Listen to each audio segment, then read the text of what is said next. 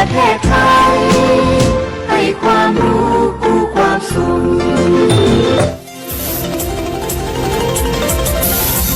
วิทยุแห่งประเทศไทยให้ความรู้คู่ความสุขคุณกำลังฟังสถานีวิทยุกระจายเสียงแห่งประเทศไทยจังหวัดลำปาง FM 97 MHz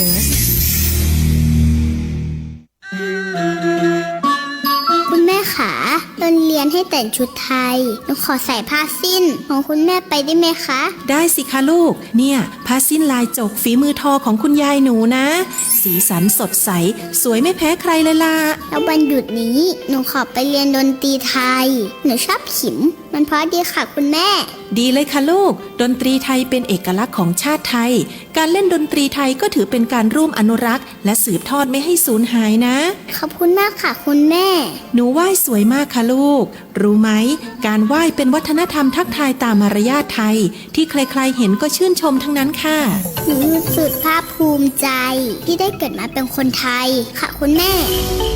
ร่วมสืบสารส่งต่อความภาคภูมิใจในความเป็นไทยโดยสำนักงานประชาสัมพันธ์ที่ 3 กรมประชาสัมพันธ์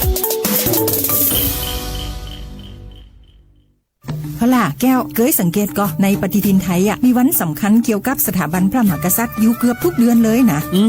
แต่ก็นี่กะก็อย่างเช่นเดือนมกราคมวันที่17วันป่อขุนรามคำแหงวันที่18วันสมเด็จพระนเรศวรมหาราชส่วนเดือนมีนาคมวันที่31วันพระบาทสมเด็จพระนางเกล้าเจ้าอยู่หัว2เมษายนวันคล้ายวันพระราชสมภพกรมสมเด็จพระเทพราช6เมษายนวันจักรี4พฤษภาคมวันชัดมงคล3มิถุนายนวันเฉลิมพระชนมพรรษาสมเด็จพระนางเจ้าพระบรมราชินี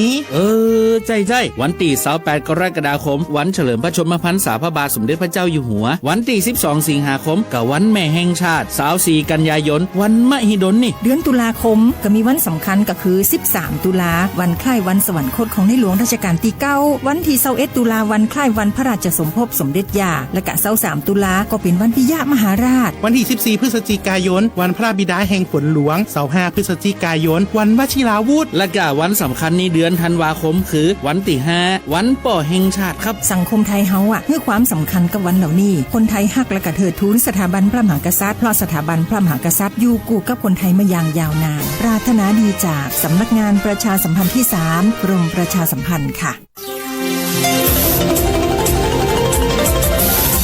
วิทยุแห่งประเทศไทยให้ความรู้คู่ความสุขที่นี่สถานีวิทยุกระจายเสียงแห่งประเทศไทยจังหวัดลำปางทำการส่งกระจายเสียงในระบบ FM ความถี่ 97 เมกะเฮิรตซ์ จากนี้ไปเชิญติดตามรับฟังรายการเกษตรสัมพันธ์ค่ะ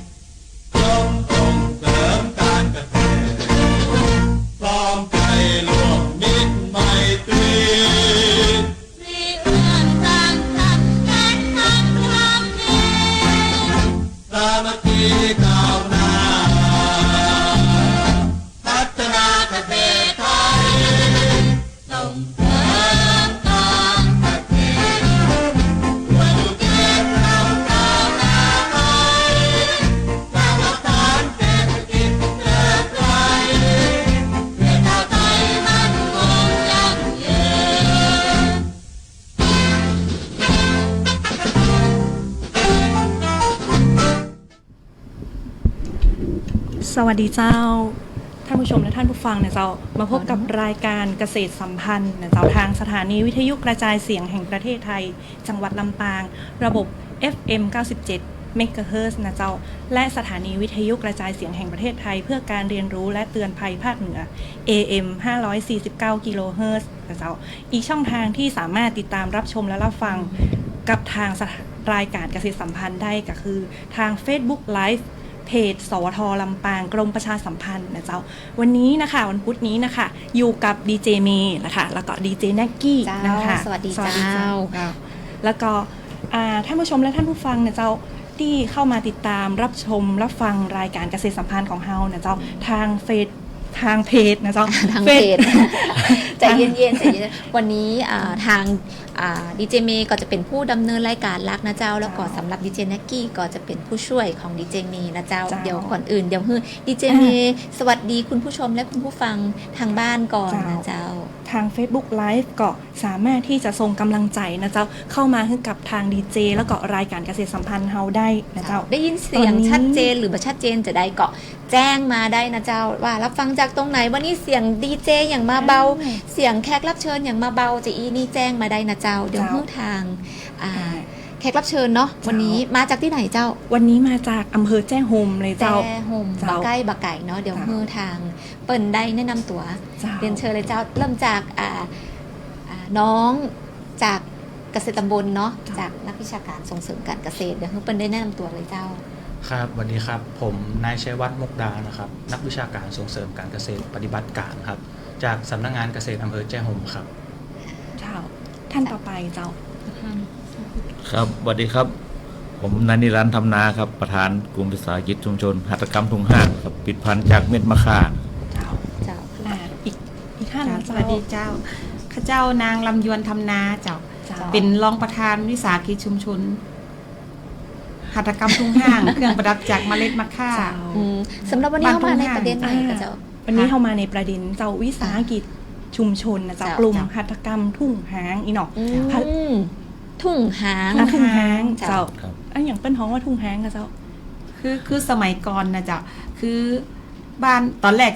จือบ้านสีดอนมูลนะเจ้าแต่ว่ามีอยู่ปีหนึ่งคือแห้งแล้งบ้านเฮาแห้งแล้งเปิดก็เลยบอกว่าเฮือไปเปลี่ยนจือเป็นบ้านทุ่งห้างเนี่ยเจ้าตั้งแต่หันมากับอุดมสมบูรณ์คือเอาเขตเป็นเขตเนาะเจ้า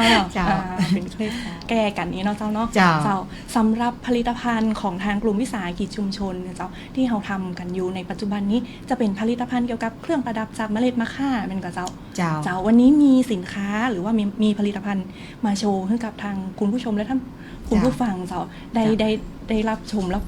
ก็จะมีหลายอย่างเยอะแยะเลยจ้ะวันนี้เป็นบางส่วนแล้วก็อยู่ในคออยู่ในคอของดีเจเมย์และดีเจแน็กกี้นะเจ้าลักกันมานะเจ้านี่นะเจ้าคุณผู้ชมนะอันนี้สร้อยคอนะเจ้าเนาะอันนี้จะเป็นปิ่นเนาะอันนี้ปิ่นปักผมเจ้าปิ่นปักผมแต่เดี๋ยวก่อนที่เฮาจะอู้ถึงเรื่องผลิตภัณฑ์เนาะเดี๋ยวเฮาจะมาเหมือนแบบถามเหมือน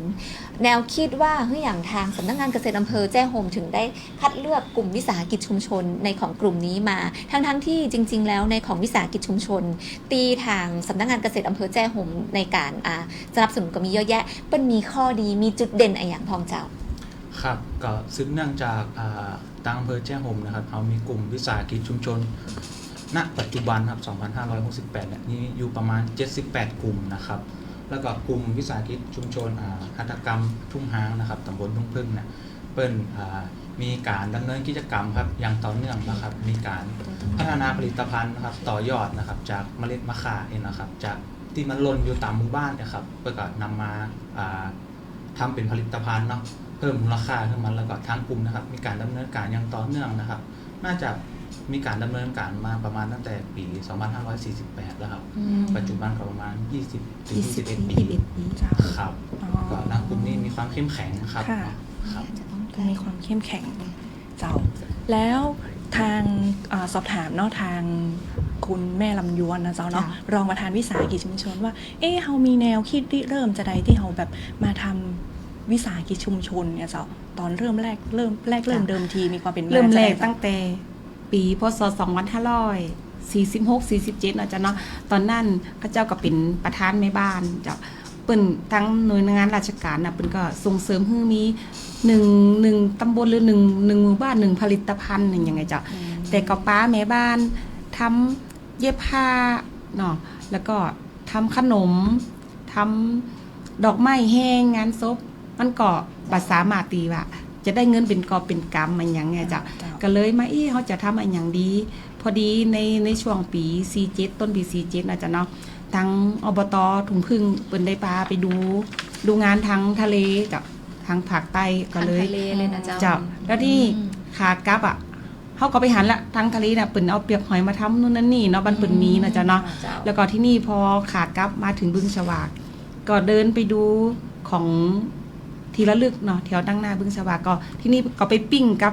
พวงกุญแจเม็ดมะข่า1พวงนะจ๊ะ1เม็ดเปิ้นเอาเม็ดมะข่าบ้านเฮาอ่ะมาทำ1เม็ดได้ขาย20 บาทก็โอ้อันนี้แหละเดี๋ยวคือตอนนี้แหละเดี๋ยวจะไปทำที่บ้านเพราะว่าที่บ้านมีเม็ดมะข่าเยอะจ้ะพอกลับมาถึงบ้านปุ๊บก็เอาไปปากันไปเก็บเม็ดมะข่ามาก็มาลองทำดูพอดีทางผู้ใหญ่เนาะเปิ้นก็เป็นช่างมาก่อนเปิ้นก็หาวิธีตัดเม็ดมะข่าลองเจาะรู้พอเราทำให้มันแหวกเดียวจากที่เขาไปหั่นมาก็เอามาลองทำเป็นพวงกุญแจทำเป็นเครื่องประดับจ้ะเพราะว่าสมัยก่อนเนี่ยคือเวลาเขาไปออกงานก็จะใช้ผ้าไทยเราใส่สร้อยใส่เข็มขัดอย่างเงี้ยจ้ะคือลมแหลกของออเดอร์ตีตัวนำออเดอร์มาเรื่อยๆจ้ะพอปืนหันไปก็ว่าใส่สร้อยงามแปลกเนี่ยแล้วก็มีลูกค้าสั่งต่อเนื่องจากกลุ่มแม่บ้านที่เป็นสั่งที่ละเป็นเส้นเนาะ20 เส้น30 เส้นพอที่นี่มีอยู่วันหนึ่งอะจ้ะก็ไปซื้อลูกปัดตีกลุ่มหัตถอะไรนะร่มฉัตรหัตถกรรมคือจุดนี้แหละตีทำให้เฮาเกิดได้แบบจนถึงทุกวันนี้จ้ะพอไปซื้อลูกปัดปุ๊บแล้วก็เจ้าของร่มชัดเนาะเปิ้นก็หันใส่สร้อยใส่หยังไปก็ถามว่าอันนี้ซื้อมาจากที่ไหนอย่างไงจ้ะก็ว่าบ่ได้ซื้อคือเจ้าแปลงเองว่าอ๋อถ้าแปลงเองนี่สั่งออเดอร์ได้ก่ออย่างเงี้ยจ้ะเฮาก็คิดว่าอันคิดว่าเปิ้นจะสั่งแค่10 เส้น20 เส้นอย่างนี้เนาะจ้ะเนาะที่นี่เปิ้นบอกสั่งทีละเยอะเลยจ้ะอย่างละ 1,000 เส้นเนี่ยที่นี่เฮาก็เลยแบบดีใจมากเลยเข้าในเมืองซื้อเครื่องซื้อหยังมาก็ตั้งแต่หันมาเปิ้นก็รับซื้อของเฮาตลอดแล้วก็พอมาประมาณต้นปี48นั่นจ้ะเนาะเฮาก็ได้ไปออกได้โอกาสไปออกงานที่เมืองทองธานีจ้ะกับของพาณิชย์จ้ะก็ตอนนั้นน่ะไปออกปุ๊บเหมือนกับเปิดตัวเฮาคือแบบว่าลูกค้าน่ะเพิ่นได้หันสินค้าแปลกใหม่ของเฮาซึ่งเป็นสินค้าหนึ่งเดียวในเมืองไทยก็ว่าได้ตอนนั้นจ้ะก็เลยนำชื่อเสียงมาแล้วก็ตั้งแต่หันมาเฮาก็ได้ออกงานเรื่อยๆจ้ะแล้วเม็ดมะข่าที่เฮาเอามานี่เฮามีแบบเฮาย้อมสีก็เจ้าอันนี้บ่ได้ย้อมสีจ้ะคือจะเป็นธรรมชาติหมดเลยแล้วก็เฮาก็ใจพิธีใจได้เทียนมาพันหัวจ้ะในส่วนนี้นะคะได้รับแรงบันดาลใจมาจากตีเปิ้นลูกค้าไปดูงานเนี่ยเจ้าไปแอลไปซื้อเนาะของฝากอีกเจ้าฝากคือกับทางประธานก่อนตอนนั้นซื้อฝากมาฝากประธานตอนนั้นไปดูเฉยๆจะเห็นป๊อปคอร์นกะจำปิ้งไอเดียแล้วก็เอามาต่อยอดแต่ก็คือเก็บไอเดียอยู่แต่ยังไม่ได้ซื้อมาฝากแต่ตอนนั้นนี่คือเขาทำบัตรทำแบบอีจะเขาจะทำเป็นแบบง่ายๆแรกๆเนาะมีมะขามมาพาปุ๊บตอนนั้นก็คือจะย่อมแวกมันจะเนาะคือมันมีเงานิดนึงแล้วก็ทำเป็นสร้อยคอเข็มขัดอย่างเงี้ยจ้ะแล้วก็มาทำเป็นมูลี่โมบาย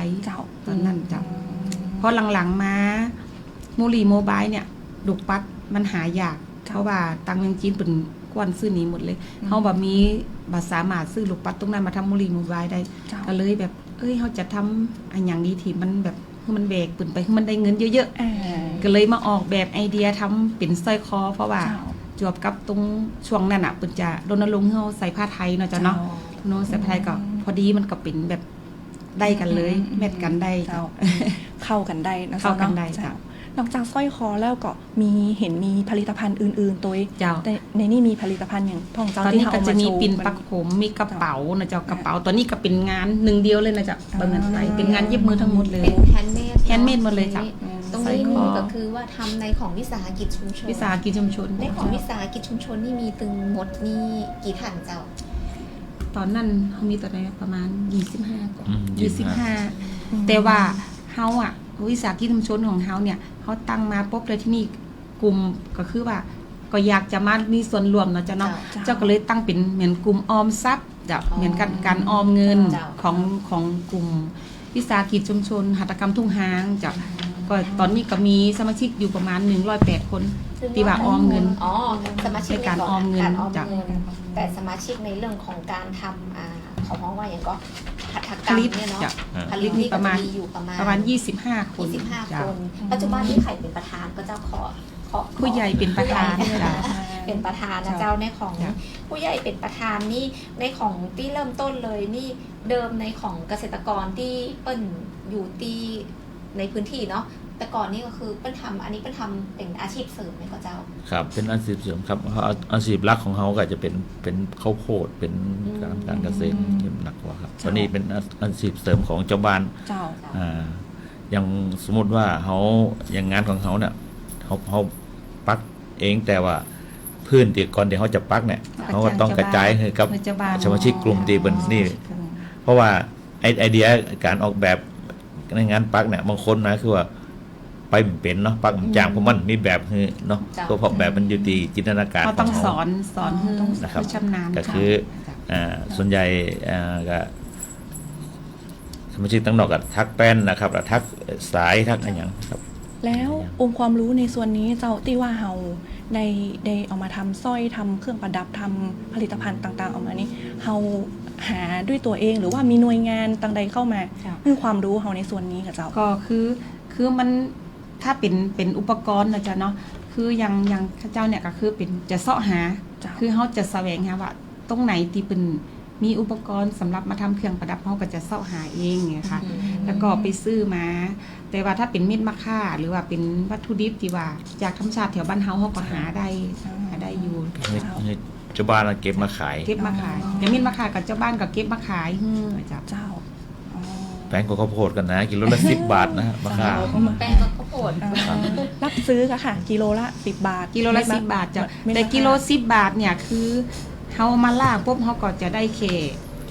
สมมติว่า5ส่วนเนี่ยเขาจะได้แค่ส่วนเดียวที่ว่าเฮามาทำเครื่องประดับนอกนั้นก็จะเป็นมิดใหญ่มิดอันนี้บุบเบี้ยวๆอย่างเงี้ยจ้ะต้องมาคัดตัวเนาะต้องมาคัดรูปทรงต้องมาคัดรูปทรงอย่างนั้นเลยเนาะดีเจปินากี้นะเจ้าโชว์ผลิตภัณฑ์ปิ่นปักผมสีสันสวยงามมากเลยนะเจ้าอันนี้มันอาจจะเป็นแบบเขาเพราะว่าอย่างก็ขาวดำเนาะในของพื้นของเฮาเนี่ยเพราะว่ามันต้องตับแต่อันนี้คือสีสวยมากเลยนะเจ้าในของตรงนี้เนาะออกแบบนี่ออกแบบเองจะออกแบบเองจ้ะแต่บางครั้งงานไอเดียแบบออกแบบเนี่ยค่ะคืออย่างพี่ลายเนาะก็จะเป็นคนออกแบบเองทุกอย่างแต่บางอย่างมาก็จะรับไอเดียมาจากลูกค้าบางครั้งลูกค้าก็จะบอกว่าคือทำแบบนี้ให้หน่อยนะอย่างเงี้ยค่ะพอเขาปักปุ๊บมันสวยเขาก็มาทำของเขานี่ตามใจลูกค้าตัวเนาะตามใจลูกค้าแล้วก็เห็นว่าปัจจุบันนี้พัฒนาจนกระทั่งได้มีตาเป็นห้องตาสินค้าแล้วตาแบรนด์สินค้าแบรนด์มะค่านะเจ้าสัญลักษณ์เป็นลักษณะประมาณไหนก็เจ้ามีเป็นเอามาเป็นรูปมือใช่ไหมคะเป็นรูปมือเป็นรูปมือเพราะว่าสื่อความเนี่ยค่ะก็เป็นประมาณนี้ค่ะสื่อความหมายคือปิลาคิดว่ามือคือมีดมะค่าสมัยก่อนมันอยู่ในดินนะจ๊ะเนาะมันแบบมีประโยชน์แบบมีประโยชน์ใจซอยอย่างสักอย่างเลยแล้วที่นี่เขาก็ไปเก็บมาทำเขาบอกว่ามะค่าเนี่ยจากดินขอให้ปั้นเป็นดาวขอมือ10 นิ้วของเขาเนี่ย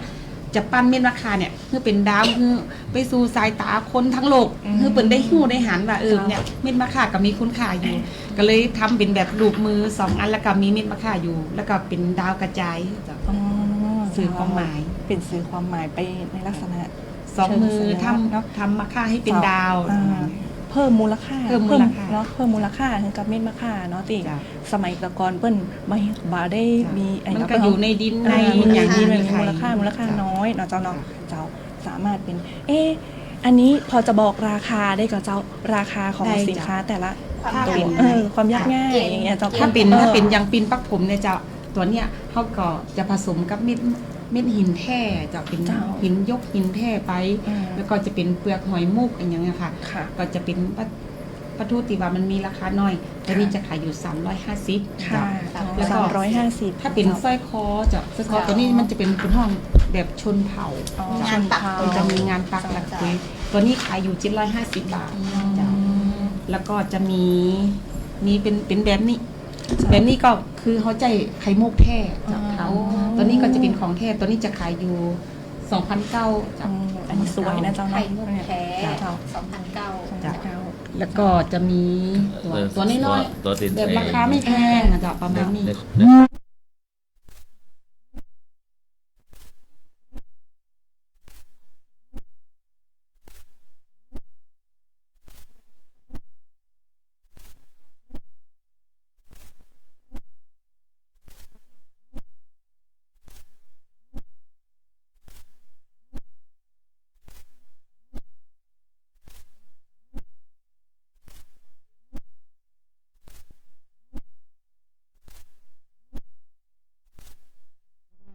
ไอเดียที่แบบ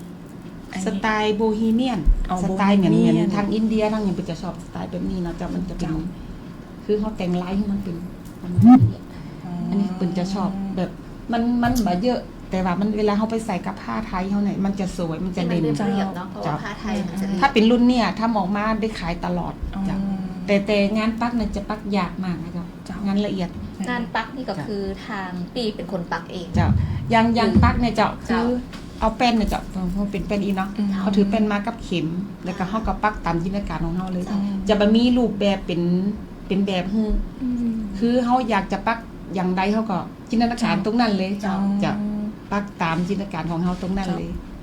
แฮนด์เมดแล้วก็ไอเดียบังเกิดตอนนั้น คิดว่าชิ้นงานไหนยากสุด ชิ้นงานล่ะมันพูดถึงว่าความยากอะจ้ะอย่างตรงตีดีเจใส่ก็ยากอยู่นะจ๊ะแล้วก็ตรงนี้ให้เขาซักไอ้หน้าตัวซักกันอันนี้ถ้าเป็นสไตล์มูนี่ก็ยากอยู่เนี่ยจะแบบนี้จะทำยากเพราะมันหลายขั้นตอนนะมันซับซ้อนจ้ะซับซ้อนโอเค กระเป๋านี่ตัวกระเป๋านี่คือยากสุดตัวนี้ยากสุดจ้ะกระเป๋านี่ขายอยู่ 2,900 จ้ะคือเป็นงานมือถือกำได้กับเจ้ามันเป็นงานมือ2ด้านจะประเหมือนกัน2ด้านจ้ะแล้วก็เป็นงานเย็บมือทั้งหมดเลยจ้ะเข้ารูปเข้าหยังเย็บมือหมดเลยตัวเนี้ยถ้าไปขายก็จะขายดีแล้วก็เฮาเวลาไปออกงานที่เฮาจะได้ไปเยอะแค่ใบ2ใบ3ใบเพราะมันทำจ้าฝีมือเนาะไอ้ตรงเนี้ยจะส่วนใหญ่ฐานลูกค้าจะเป็นคนต่างชาติคนไทยหรือถ้าเป็นพูดถึงตั้งแต่เริ่มขายมาเนาะจ้ะเนาะลูกค้าส่วนมากจะเป็นคนไทยส่วนมากจ้ะแล้วก็ถัดมาก็จะเป็นคนจีนจ้ะจีนจ้ะถ้าเป็นแบบต่างชาติแบบเป็นทางอังกฤษหรือว่าเป็นพลังเป็นอย่างนี้เนาะก็จะมีอยู่จ้ะและตอนนี้เขาก็จะมีลูกค้าของอังกฤษค่ะมีอยู่เป็นก็มาสั่งเขาทำเป็นเหมือนกับว่าเอาไปติดเสื้อทำออเดอร์เป็นคล้ายๆเป็นแป้นประมาณพวกเนี้ยค่ะเป็นแป้นถ้าเป็นแป้นแล้วเปิ่นจะเอาไปแต่งกับเสื้อผ้าจะเป็นแบรนด์ของเปิ่นและสำหรับในความคิดเห็นของเฮาเขาว่าผลิตภัณฑ์ของเฮาเนี่ยจะมีจุดเด่นหรือว่ามีเอกลักษณ์อย่างใดพ่องนะจ๊ะคือผลิตภัณฑ์ของเฮานะจ๊ะเนาะเจ้าคิดว่ามันมีเอกลักษณ์ในตัวอย่างสมมติเม็ดมะข่านี่ก็คือมันจะมีเสน่ห์มีเอกลักษณ์ของมันในตัวอยู่แล้วนะจ๊ะเนาะแล้วก็จวบกับตรงที่ว่าเฮาเวลาเฮาออกแบบมาเนี่ยคือการออกแบบเนี่ยเฮาจะเน้นงานฝีมืองานละเอียดแล้วก็ใจวัสดุที่ว่าคงทนบ่เหมือนใครเวลาเขาทำออกมาแต่ละแบบเนี่ยคือจะแหวกเหนียวไปเรื่อยๆคือจะบาซ้ำเหมือนเดิมก็คือมันจะเป็นเอกลักษณ์ของเขาแบบว่าเหมือนแบบมีชิ้นเดียวจะมีชิ้นเดียวแต่ถ้าลูกค้าไปเห็นมิ้นมะข่าเนี่ยสำหรับว่าถ้าเห็นหินมิ้นมะข่าก็เหมือนหินหน้าเมก้าคือคนขึ้นถึงเฮาเนาะเพราะว่าเขาทำมาเริ่มแรกเลยตั้งแต่ปี47นะจ๊ะเนาะก็เหมือนกับลูกค้าก็ซึมซับไปแล้วว่าเห็นมิ้นมะข่าก็คือ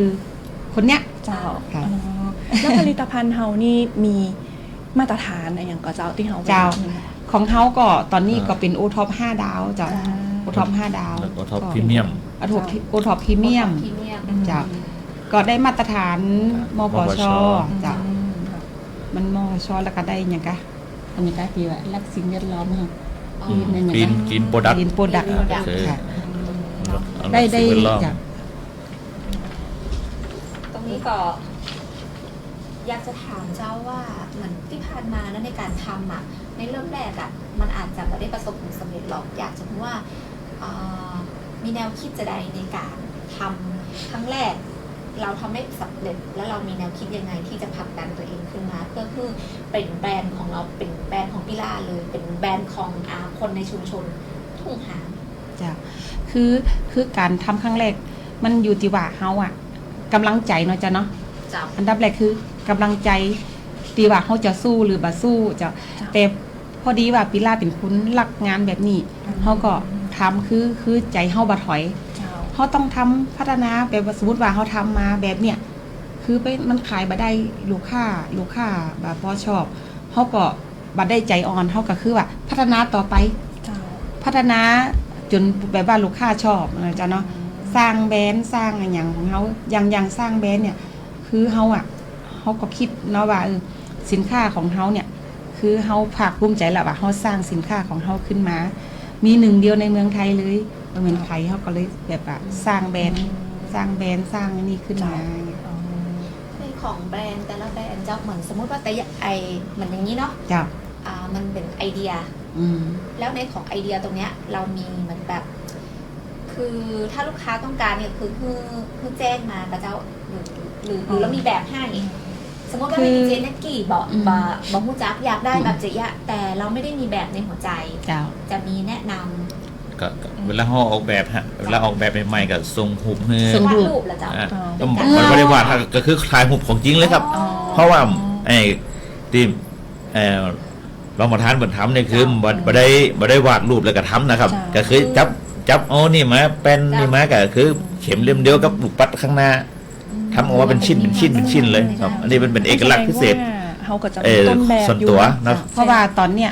ถ้าว่าลูกค้าว่าสนใจสร้อยคอนะเจ้าพอเดี๋ยวนี้มันเป็นยุค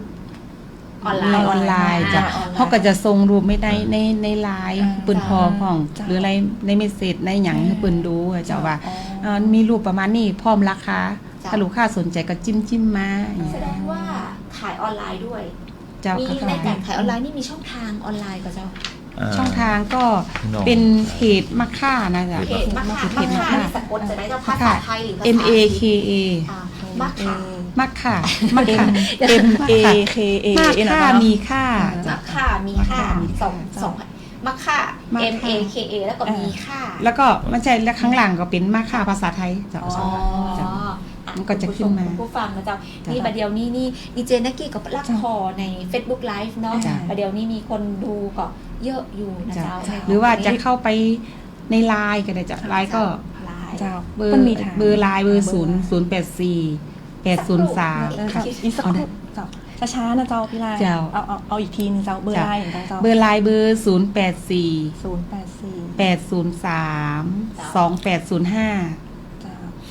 ไอดีก็มักค่านะจ๊ะไอดีก็มักค่า1ค่ะมักค่า162จ้ะมักค่า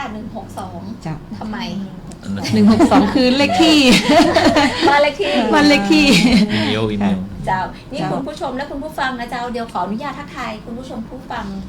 แฟนรายการผ่านทางเพจสวทนะเจ้าเพราะว่ามีผู้ติดตามนะเจ้าแล้วก็สนใจนะเจ้าในเรื่องของวิสาหกิจชุมชนกลุ่มหัตถกรรมตุ้งฮางเนาะตรงนี้เปิ้ลก็เนี่ยเปิ้ลก็ทักทายมาสวัสดีค่ะอันนี้คุณสุนันทานะเจ้าตรงนี้เนาะแล้วก็มีคุณเนี่ยนะเจ้าพี่ละกันทาคุณพงศกรนะเจ้าสวัสดีครับนะจ๊ะคุณเจมสวัสดีเจ้าน้องปามสู้ๆอันนี้น่าจะเป็นแบบเกษตรกรหรือเจ้าหน้าที่เนาะหรือ FC น้องปามคุณชนทิชานี่เปิ้ลว่ามอบหัวใจให้กับท่านทั้ง3คนนะเจ้ามีถามมาตัวนะเจ้าพี่นักกี้ว่ามีขายออนไลน์ก็เจ้าอีเนาะที่เขาก็บอกไปแล้วเนาะว่าผ่านทางเพจเนาะผ่านทางเพจว่าเพจมักไปในไลน์นะคะมักค่าเนาะแล้วก็มีไลน์ไอดีไลน์มักค่า162อะไรอย่างเงี้ยนอกจาก2ช่องทางนี้แล้วมีทิศช่องทางอื่นติดต่อได้อีกก็เจ้านี่ที่เพจของลิ้นเพจของน้องสาวจ้ะเพจของน้องสาวเมียนลุย มันคือ ต้องสะกดแล้วจ้ะ เป็นเมียนก็คือเป็นชนเผ่าเจ้า อ๋อเป็นชนเผ่า ไอ้เข้าไม่พอ เหมือนไอ้ติ๊กปักจะเอี้ยมนี่ก็จะที่เป็นปักในผ้านี่ก็คือ เจ้า ชนเผ่าค่ะ จ้า ตรงนี้ เพราะว่าตอนนี้น้องก็จะทำเป็นผ้าปักผ้าชนเผ่า ก็จะเป็น แต่ว่าเขาก็เอามาแมทกับสร้อยคอเฮาเวลาไปออก เขาเพราะว่าอย่างก็แมทชิ่งงานกันซึ่งกันหลังจากการทำกิจกรรมทางการเกษตรเหมือนอย่างที่ทำผู้ใหญ่ว่าเอาเขาปลูกข้าวโพดเนาะบางเทื่อก็คือว่าหลังจากการทำการเกษตรอาจจะทำรายได้เสริมของละอ่อนหรือของแม่บ้านเกษตรกรอาจจะไปเก็บมะข่ามาร่วมกันหรืออาจจะแบบเอาผลิตภัณฑ์อะไรอย่างมาเหมือนแบบวัตถุดิบมันก็จะเอาที่เปิ้ลจะเอามาตรงนี้เนาะ แสดงว่าตอนนี้หลักๆแล้วก็คือคนที่ทำหลักๆก็คือทางรองประธานไม่งั้นเจ้าแล้วเรามีสมาชิกท่านอื่นสามารถที่จะแบบสมาชิกท่านอื่นก็คือว่าตอนเนี้ยคือตีเขาสอนไปเขาก็เก่งกันนะจ๊ะแต่ว่าช่วงเนี้ยมันเป็นช่วงเก็บเกี่ยวผลผลิตทางการเกษตรนะจ๊ะเนาะเขาก็บ่ว่างแต่ถ้าเป็นช่วงออกแรงอะจ๊ะหน้าแรงมาปุ๊บก็จะมีแม่บ้านบางกลุ่มก็ว่ามีงานให้ทำก็เขาก็คือมาทำแล้วก็แล้วแต่ว่าใครทำไว้ก็ได้ตังค์เยอะจะเอาอยู่ที่ว่าคนทำจะทำไว้ก็ได้เยอะจ้ะ แต่ส่วนใหญ่ก็จะเป็นเหมือนมีละอ่อนก็เจ้าที่สนใจที่อยากจะมาศึกษา มีเจ้าคือ เด็กสุดเท่าไหร่อะ เด็กนี่ตั้งแต่ป .4 ขึ้นเลยจ้ะป .4 เลยคือถ้าเป็นช่วงปิดเทอมอะค่ะเด็กๆก็จะมาขอเวลามีงานให้ทำก็เขาก็จะให้ทำเป็นพวงกุญแจเป็นปิ่นปักผมอะไรอย่างเนี้ยค่ะคือเขาทำงานตีแบบมันง่ายๆก็จะสอนก่อนสอนเสร็จปุ๊บก็จะให้นอนฝึกทำหารายได้ช่วงปิดเทอม หารายได้ปิดเทอม อันนี้ดีมากเลยนะเจ้าเนาะนอกจากจะเป็นแบบในของกิจกรรมในของห้องใหม่ของวิสาหกิจชุมชนเนาะในของกลุ่มหัตถกรรมทุ่งฮานะเจ้าหรือว่าตรงนี้จะเป็นการทำผลิตภัณฑ์ประดับจากเมล็ดมะข่าเนาะจะเป็นกิจกรรมที่สามารถสร้างรายได้ให้กับชุมชนแล้วก็ช่วยแก้ไขปัญหาเป็นการพัฒนาชุมชนเนาะทำให้ละอ่อนเนี่ยตีเขาของว่างจากการเรียนหรือแม้กระทั่งเกษตรกรที่เปิ้ลเว้นจากการทำให้ทำนาเนาะเปิ้ลก็สามารถมีรายได้เสริมเข้ามาได้นะจ๊ะใช้เวลาว่างให้เป็นประโยชน์ในนอกเจ้าตรงนี้เจ้าถือว่าเป็นกลุ่มที่เข้มแข็งนะเจ้าเดียวพอดีมีทางแฟนคลับนะเจ้า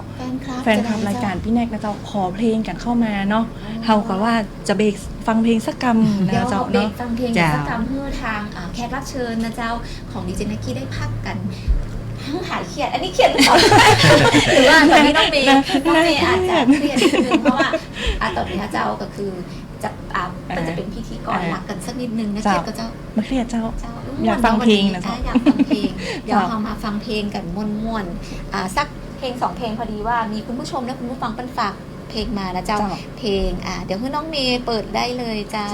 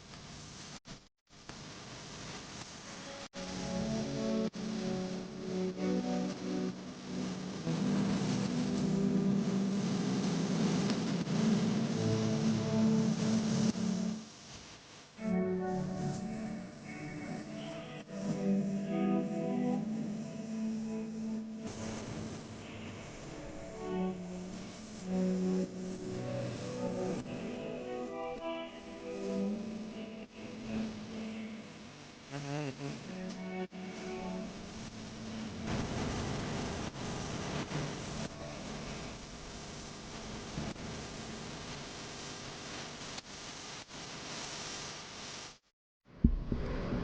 ากลับมาพบกันนะเจ้าในเบรกที่2ของเฮานะเจ้าในช่วงนี้จะสู่ช่วงท้ายรายการแล้วเนาะเจ้าดีเจพี่นักกี้เจ้าก็ยังจะมีคำถามเนาะกับทางกลุ่มวิสาหกิจชุมชนอีกสัก 2-3 คำถามนะเจ้าในส่วนนี้นะคะอยากทราบว่านะเจ้าทางสำนักงานเกษตรเนาะอำเภอแจ้ห่มของเฮาเนี่ยเจ้าเดี๋ยวปีหน้านี่เราจะมีโครงการดีๆอย่างมาสนับสนุนกับทางวิสาหกิจชุมชนเฮาพ่องเจ้า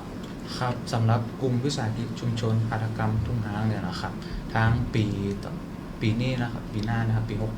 69นะครับปีงบประมาณ 2569 ครับก็ทางสำนักงานครับจะได้มีโครงการครับในการยกระดับขีดความสามารถเกษตรกรและผู้ประกอบการธุรกิจเกษตรนะครับจะมีโครงการครับไปสนับสนุนทางกลุ่มครับในการออกแบบครับบรรจุภัณฑ์ครับอันนี้นะเจ้าออกแบบที่จะเป็นบรรจุภัณฑ์เพราะว่าเดี๋ยวนี้ก็คือเป็นสินค้าปีเปลือยที่เราส่งที่ EU มันก็จะส่งใส่ถุงแต่ไม่ได้ใส่เป็นกล่องซิปแล้วก็ไม่ได้ใส่กล่องจ้ะซิปแล้วใส่ถุงหิ้วถุงผ้าเจ้าตรงนี้เจ้าจะไปสนับสนุนเรื่องของการออกแบบบรรจุภัณฑ์รูปแบบใหม่ให้มีความน่าสนใจครับและมีความแบบว่าทันสมัยขึ้นครับเขาจะได้ในส่วนนี้นะเจ้าแล้วก็ทางกลุ่มเห็นว่าเคยได้ออกรายการทางสถานีโทรทัศน์เนาะรายการอะไรอย่างเงี้ยค่ะคือตอนที่ว่าตอนที่ออกเริ่มทำกลุ่มใหม่ๆนะเจ้าได้ประมาณ7 เดือนก็ได้ออกรายการคิดเพิ่มเติมค่าของทาง23มันจะเนาะแล้วก็ตอนนั้นก็ทำให้เฮากลุ่มเฮามีชื่อเสียงมาระยะหนึ่งแล้วมาออกรายการของคุณคำดลเนาะคำดลเรื่องรายการเนี่ยช่อง7นั่นมันก็จะช่อง7จ้ะคำดลวังศรีนะจ๊ะตะวันนะเนาะแล้วก็มาออกรายการของกินไปเที่ยวไปอย่างเงี้ยจ้ะของช่องไหนของ3เหมือนกันนะจำได้หลายแล้วก็ล่าสุดเนี่ยก็คือออกรายการอันกะเที่ยวละไมไทยแลนด์เวอร์ของหม่อมน้ำผึ้งนะจ๊ะในส่วนนี้ก็เป็นการช่วยโปรโมทประชาสัมพันธ์สินค้าของเราเนาะเป็นที่รู้จักเพิ่มขึ้นเรามีแบบชื่อเสียงในประเทศพอออกรายการทีวีโทรทัศน์ไปอะไรอย่างเงี้ยเจ้าฟีดแบ็กของลูกค้าเรามีออเดอร์เพิ่มขึ้นก็ลูกค้าเราขยายฐานพอได้ออกรายการน่ะลูกค้าก็จะฮู้จักเพิ่มขึ้นเวลาไปออกงานลูกค้าจะโอ้เจอละคนตีบ้านเฮาติดตามมาอย่างเงี้ยเจ้ากำลังติดตามอยู่อย่างเงี้ยและในส่วนของนอกจาก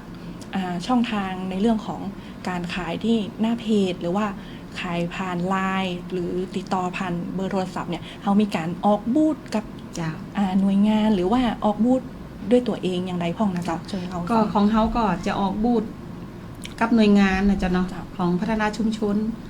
ก็ของพาณิชย์อุตสาหกรรมจากทุกส่วนเกษตรก็เคยออกจากเพราะว่าถ้าเป็นของพัฒนาชุมชนในงานใหญ่เมืองทองธานีก็ปีละ3 เดือนนะจ๊ะถ้ามีโอกาสได้ออกนะจ๊ะเนาะแล้วก็จะเป็นงานโอท็อปภูมิภาคจากล้านนาเอ็กโปรอะไรอย่างเงี้ยจ้ะก็จะไปตามจังหวัดต่างๆที่ว่าก็สามารถที่จะไปติดตามเนาะที่จะซื้อเนาะสนใจอยากจะอุดหนุนเนาะสินค้าชุมชนของเราได้ตามช่องทางต่างๆที่เราได้แจ้งไปนะเจ้าเนาะพี่นักกี้มีอย่างเสริมมั้ยเจ้าตรงนี้นะเจ้าก็ฝากทุกท่านนะเจ้าอุดหนุนสินค้านะเจ้าของชุมชนเพื่อเป็นการสนับสนุนนะเจ้าคือทางวิสาหกิจชุมชนนะเจ้าได้มีอาชีพแล้วก็จะเป็นการสร้างรายได้ให้กับคนในชุมชนเนาะทุกผลิตภัณฑ์เนี่ยในการซื้อ1ผลิตภัณฑ์ก็จะเป็น1กำลังใจ1แรงใจให้กับทางเกษตรกรนะเจ้าทางผู้ผลิตเนาะผู้ประกอบการนะเจ้าตรงนี้แล้วก็คุณซื้อมาเนี่ยก็คือว่าก็สามารถเหมือนสร้างรายได้ให้กับเกษตรกรในชุมชนได้ด้วยนะเจ้าเราทราบว่าทางกลุ่มนะคะผลิตภัณฑ์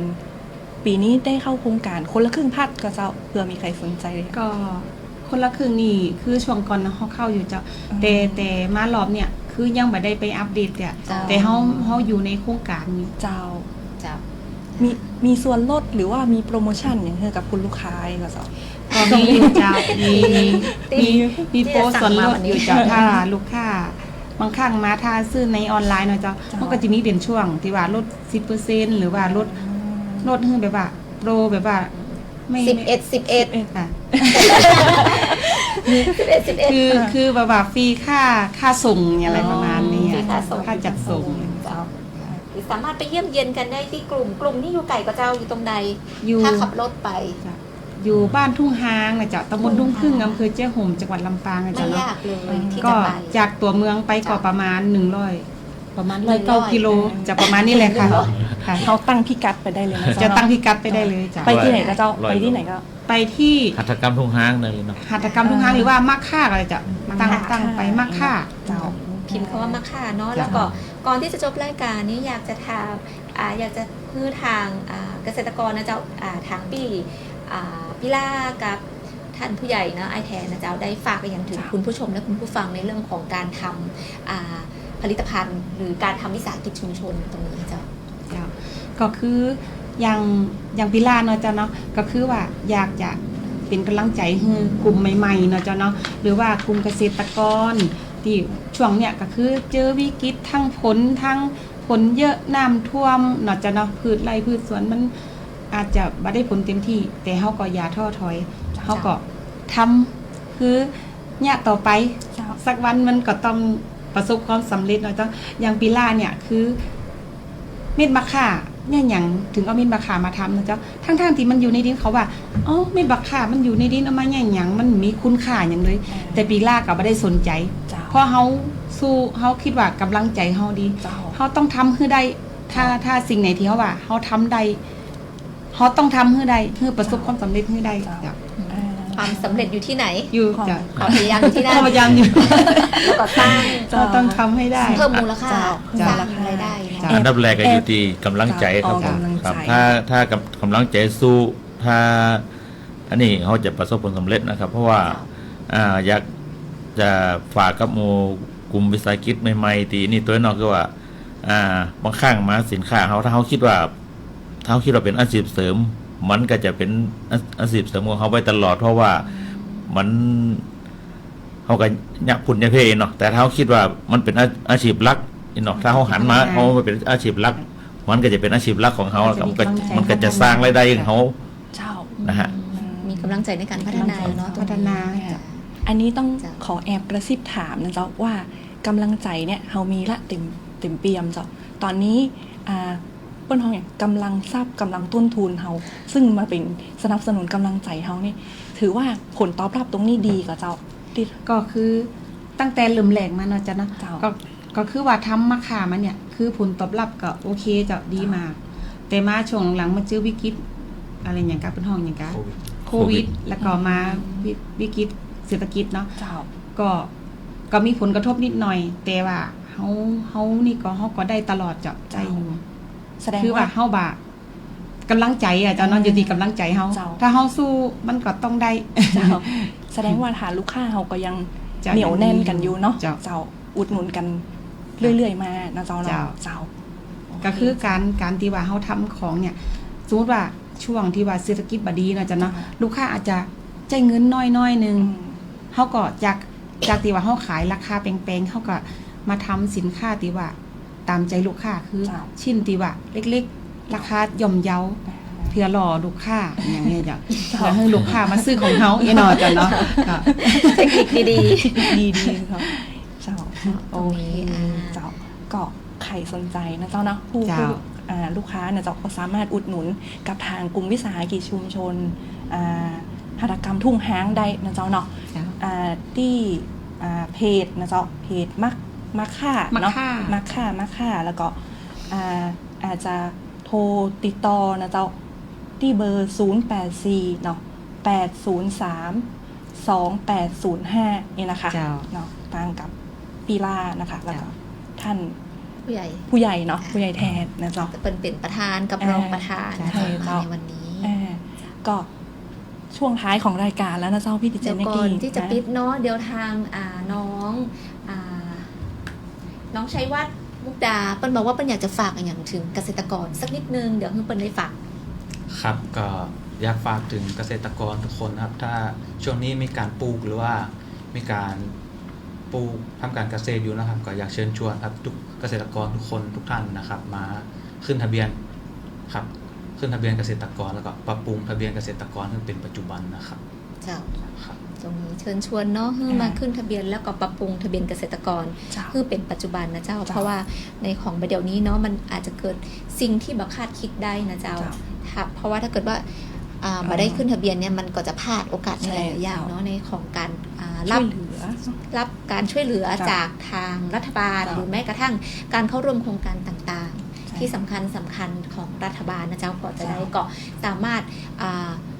มาขึ้นและปรับปรุงทะเบียนเกษตรกรในที่สำนักงานเกษตรอำเภอนะเจ้าทุกอำเภอทุกอำเภอที่เป็นพื้นที่ปลูกมันก็จะตรงนี้เนาะตรงนี้ก่อนที่จะจากรายการไปก็ต้องขอบคุณนะเจ้าคุณผู้ชมและคุณผู้ฟังนะเจ้าที่ได้แวะทักทายแล้วก็พิมพ์พูดคุยกันมานะผ่านทาง Facebook Live นะเจ้าสำหรับบางท่านก็ได้อู้เอ่ยไปหรือบางท่านก็ไม่ได้อู้เอ่ยไปก็ต้องแบบขออภัยนะเจ้าในอย่างนี้นะเจ้าดังคุณสุบินนะเจ้าบอกว่าผลิตภัณฑ์จากธรรมชาติสวยงามค่ะนะเจ้าตรงนี้นะเจ้าตะกี้คุณอภิรักษ์ถามว่ามีการขายออนไลน์ไหมครับน้องทางปีลาก็บอกว่ามีเจ้าเนาะก็สามารถติดต่อมาได้นะเจ้าตรงนี้นะเจ้าเดี๋ยวก่อนจะสุดท้ายสุดนี่นะเจ้าพี่แนกเดี๋ยวเขาจะฮือตังปีลาเนาะฝากกับท่านผู้ชมและท่านผู้ฟังแห่งกำว่าถ้าเราสนใจผลิตภัณฑ์เนี่ยเจ้าเราสามารถที่จะปีลาได้ช่องทางไหนพ่องนะเจ้าอีกครั้งหนึ่งเจ้าก็ถ้าลูกค้าสนใจนะจ๊ะเนาะก็สามารถเข้ามาติดต่อได้ในเพจนะเจ้าเพจมะค่าเจ้าหรือว่าในไลฟ์ค่ะในไลฟ์ก็เบอร์0848032805 ID ไลน์ก็มะค่า162นะเจ้าสำหรับวันที่11เนาะอาจจะลดราคากันนิดนึงจะเป็นลดในค่าจัดส่งเจ้าโอเคเจ้าเดี๋ยวเขาคงจะต้องขอบคุณนะเจ้าเนาะผู้ร่วมรายการนะคะของเราในวันนี้นะคะขอบคุณทุกท่านนะคะปีลานะเจ้าปีลำดวนเนาะทำนาแล้วก็ท่านผู้ใหญ่นะเจ้าท่านนิรันดร์ทำนานะเจ้าแล้วก็ขอบคุณทางเจ้าหน้าที่นะเจ้าจากสำนักงานเกษตรอำเภอแจ้ห่มนะเจ้าน้องชัยวัฒน์มุกดานะคะแล้วก็เขาคงจะต้องกล่าวคำอำลาไปก่อนสำหรับวันนี้เดี๋ยวพบกันใหม่วันพุธหน้าในรายการเกษตรสัมพันธ์นะเจ้ากลับมาพบเวลาบ่ายโมงถึงบ่าย2 โมงโดยประมาณนะเจ้าสำหรับวันนี้ก็สวัสดีท่านผู้ชมและท่านผู้ฟังไปก่อนนะเจ้าสวัสดีเจ้า